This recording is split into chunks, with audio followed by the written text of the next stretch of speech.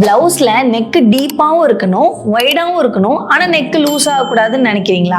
இப்ப நான் சொல்ல போற டிப்பை ஃபாலோ பண்ணுங்க, பெர்ஃபெக்ட் ஃபிட்டிங்ல பிளவுஸ் கிடைக்கும். நெக் டீப் அண்ட் வைடா வைக்கும்போது உங்களோட நெக் ஷேப்ல கரெக்டா இந்த கார்னர்ல ஒரு 1/4 இன்ச் மட்டும் டாட்டா பிடிக்கணும். ஸோ அப்பதான் நெக் லூஸை நம்ம ரெடியூஸ் பண்ண முடியும். ஸோ இது எவ்வளோ டிஸ்டன்ஸ்க்குனா ஒரு 1ல இருந்து 1.25 இன்ச்சஸ் லென்த்துக்கு ஒரு 1/4 இன்ச் டாட்டா இதை கன்வெர்ட் பண்ண போறோம்.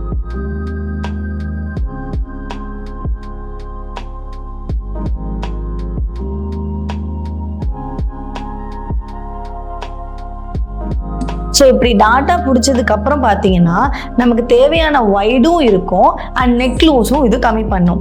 இப்போ லைனிங்ல இந்த மாதிரி ஸ்டிச் பண்ணியாச்சு, பட் மெயின் ஃபேப்ரிக்ல இந்த மாதிரி ஸ்டிச் பண்ண முடியாது இல்லையா? அப்போ மெயின் ஃபேப்ரிக்ல என்ன பண்ணணும்னு பார்க்கலாம்.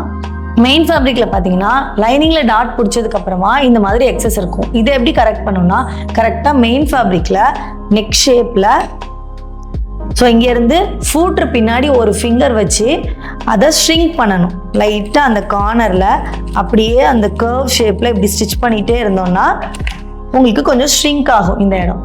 ஸோ இதே மாதிரி ஒரு 2 டைம்ஸ் ரிப்பீட் பண்ணணும்.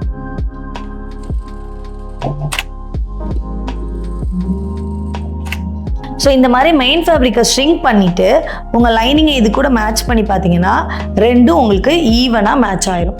ஸோ உங்களுக்கு நெக் லூஸும் வராது, மெயின் ஃபேப்ரிக்கில் உங்களுக்கு டாட்டும் இருக்காது. இந்த இன்ஃபர்மேஷன் யூஸ்ஃபுல்லாக இருந்துச்சான்னு கமெண்ட்டில் சொல்லுங்கள். Happy learning.